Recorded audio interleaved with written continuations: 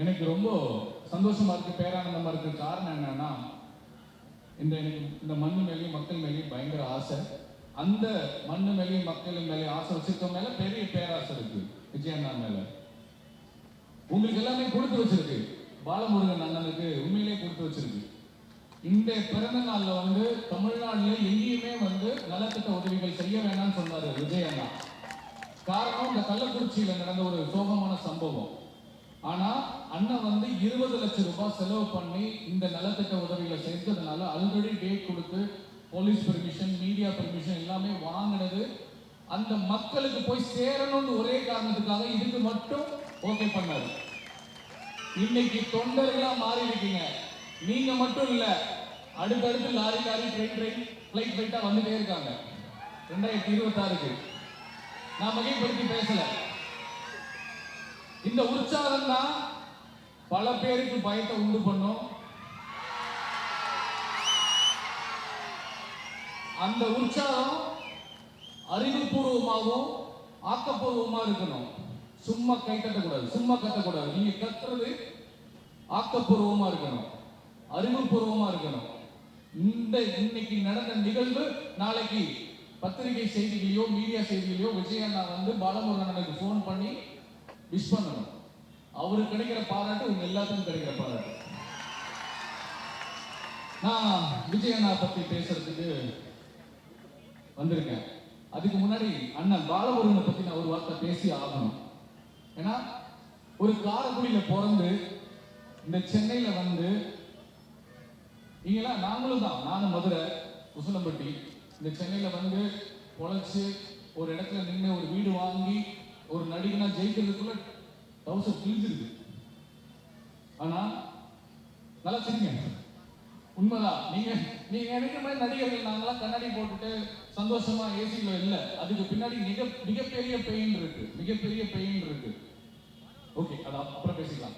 பாலமுருகன் அண்ணன் காரைக்குடியில பிறந்து சென்னைக்கு வந்து ஒரு இன்ஜினியர், மாசம் ஒரு 10,000 ரூபாய் 12,000 ரூபாய் சம்பளம் வாங்குற ஒரு மனுஷன். அவர் பாட்டு அவர் வேலையை பார்த்துட்டு போயிருக்கலாம். ஆனா நம்ம அண்ணன் தளபதியை பார்த்துட்டு லவ் டுடேல பார்த்துட்டு லவ் பண்ண ஆரம்பிச்சாரு.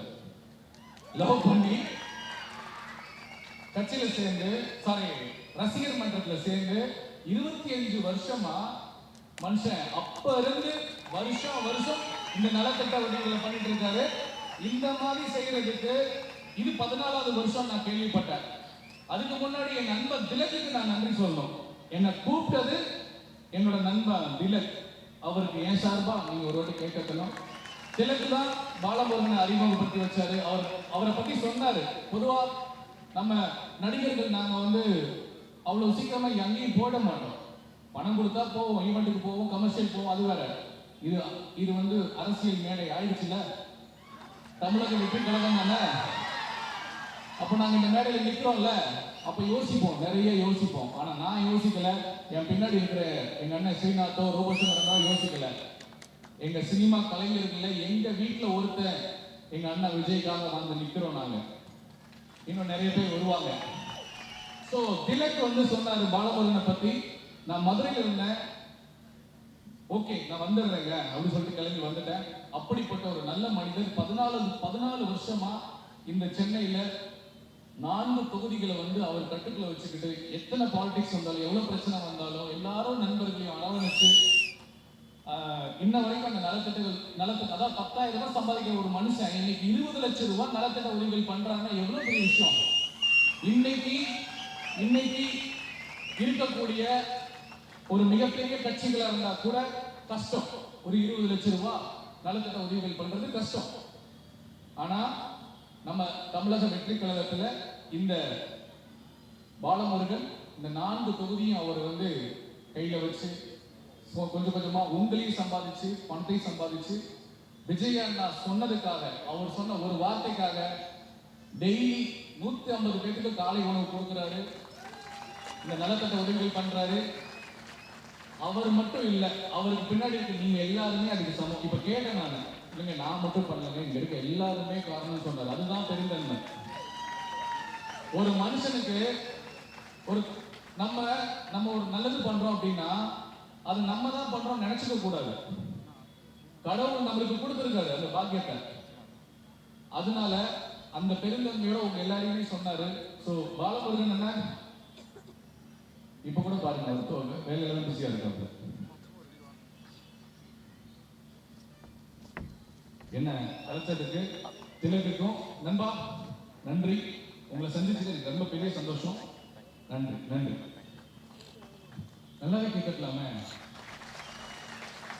ஏன் இதை அடிக்கடி கேட்க வைக்கிறீங்க? எப்படி இந்த மீடியால சில பேர் லைவ்ல வர போயிட்டு இருக்கு. நம்ம ஒரு விஷயம் நண்பா, நம்ம சின்ன விஷயம் தப்பா பண்ணாலும் அதை ஃபோக்கஸ் பண்றதுக்கு நிறைய கேமராக்கள் இருக்கு இங்க. நம்மளை வளரக்கூடாதுன்றதுக்காக அது பண்ணுவாங்க, யாரா இருந்தாலும் பண்ணுவாங்க. அதனால அதுதான் சொன்னேன், நம்ம சத்தம் கூட ஆக்கப்பூர்வமா அறிவுபூர்வமா இருக்குன்னு சொல்றேன். ஸோ திரும்ப கேட்க விடாதீங்க. நல்ல விஷயம் வரும்போது மனசார கை தட்டுங்க. இனிமேல் நான் சொல்ல மாட்டேன். அதான் இந்த வைப்பு தான் பல பேரை பயமுறுத்தும், பல பேரை சிந்திக்க வைக்கும், நம்ம அண்ணனுக்கு பலமா நிற்கும்.